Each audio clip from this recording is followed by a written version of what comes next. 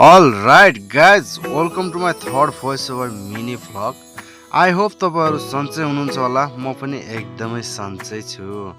आज चाहिँ मेरो मकै गोड्ने खेतालाहरु छन्, सो म पनि त्यतै जाँदै छु। हेरौँ है त।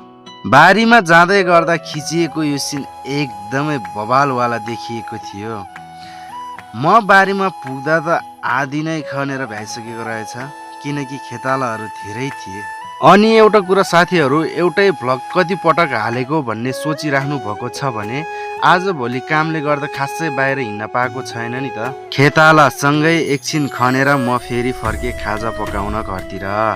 खाजा चाहिँ चौचौ चिउरा हो, किनकि गाउँघरमा पाउने यस्तै त हो नि। खाजा पाकेर खेतालाहरु सबैलाई दिएर बाहिर निस्केको त वेदर एकदमै डेन्जर भएको देखेर छिटो छिटो फोन निकालेर भिडियो बनाएको त भिडियो झनै बवालै देखियो। ल त साथीहरु, यस्तै भिडियोहरु सधैँ हेर्न फलो गरेर लाइक कमेन्ट पनि गरिदिनु होला।